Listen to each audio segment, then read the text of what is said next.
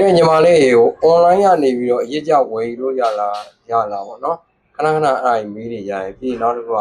အလဲထက်တွေရောလုပ်လို့ရလားစကန်တွေရောဝယ်လို့ရလားပေါ့နော်အစားရှိတယ်အဲ့ဒါကြီးမေးနေအဲ့ဒါလေးဖြည့်ပြပါအောင်ဟုတ်ပြီကဲဖြိုးဖြည့်ပေးမယ်ပေါ့နော်ပထမဆုံးအနေနဲ့ပြောချင်တာကအောင်မိုဘိုင်းမှာရောင်းပေးတာကအခုလိုမျိုး brand new parking အသစ်ကုမ္ပဏီအလုံးတွေတစ်မျိုးတည်းကိုပဲ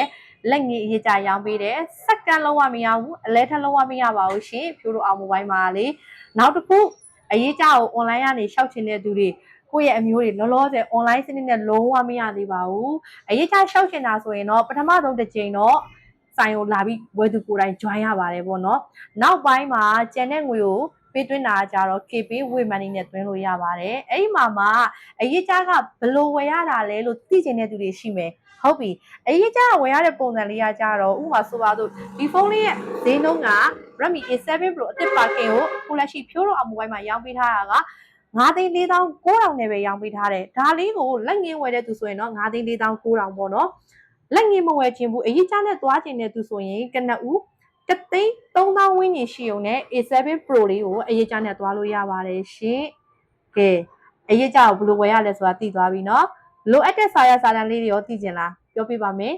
အိမ်အောင်စုမူရင်မှတ်ပုံတင်မူရင်လက်ရှိနေတဲ့ရက်ကွက်ကနေထိုင်ကြောင်းထောက်ခံစာရမှာကိုကဧည့်ချင်းတိုင်ပြီးနေရဆိုရင်တော့ဧည့်ချင်းစာအုပ်လေးရဲ့ဝန်ထမ်းကလေးယူပြီးတော့နိုင်ပိုင်းတွင်အရေးကြလဲဝယ်လို့ရပါတယ်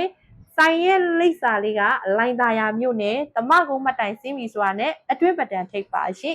အိမ်ရောက်ဝေချင်မှားခြင်းနဲ့ကိုယ့်ရဲ့အသေးလေးတွေအတွက်ဆိုရင်တော့ကွန်တက်လုပ်လို့ရမယ့်ဖုန်းနံပါတ်လေးက3998963639925544ကိုလည်းအသေးစိတ်ဆက်သွယ်မှာယူလို့ရပါတယ်အားလုံးပဲမင်္ဂလာပေါင်းနဲ့ပြည့်စုံကြပါစေရှင်